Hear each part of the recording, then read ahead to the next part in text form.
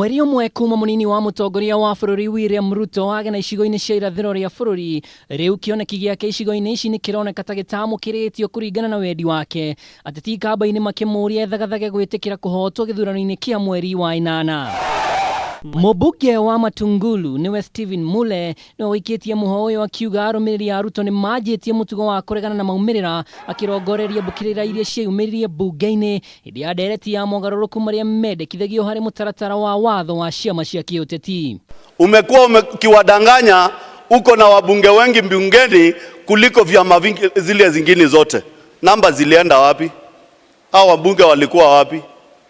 Na tunarudi huko Tuesday kumalizia huyo mswada, bado tutawashinda na msituletee kisirani kwa bunge vile tuliona mkituletea. Miario ya Mule giukarire mutongoria wa kiama kia Wiper Kalonzo Musyoka athiete na mbere gwikinyira ndagenyita Ruto baru hari gutetera giturwa gia president. Bwana Ruto and your team, I want to put you on notice. In August 2022, if we defeat you, please pack and go home. Don't bring chaos in this country. Mule ningi ni ugite mubango wa Ruto wa gukuria utonga wa bururi kuma na thi nginyagia iguru niguo bottom up no uteti wa ciraniro itahinga. Last 8 years, the deputy president was the chairman of the Economic Council of Governors and all CECs in the counties.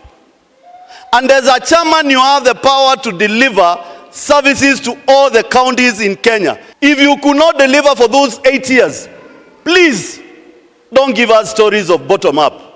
We know you have failed to deliver to counties, to deliver services to Kenyans, and we are not going to allow you to be in power to go ahead and blackmail and lie to Kenyans. Gicigo kia ikamba-ini ni kimwe kia iria inyitaga mbaru Raila Odinga na njira nene no munini wa president uria ukoretwo ukiguciriria ateti kuma gicigo giki athiete ona mbere gwikinyira maundu ni ngurani na hau kabere. Ngiribotera Kameme TV ritwa riakwa ni Mwaura wa Ndung'u.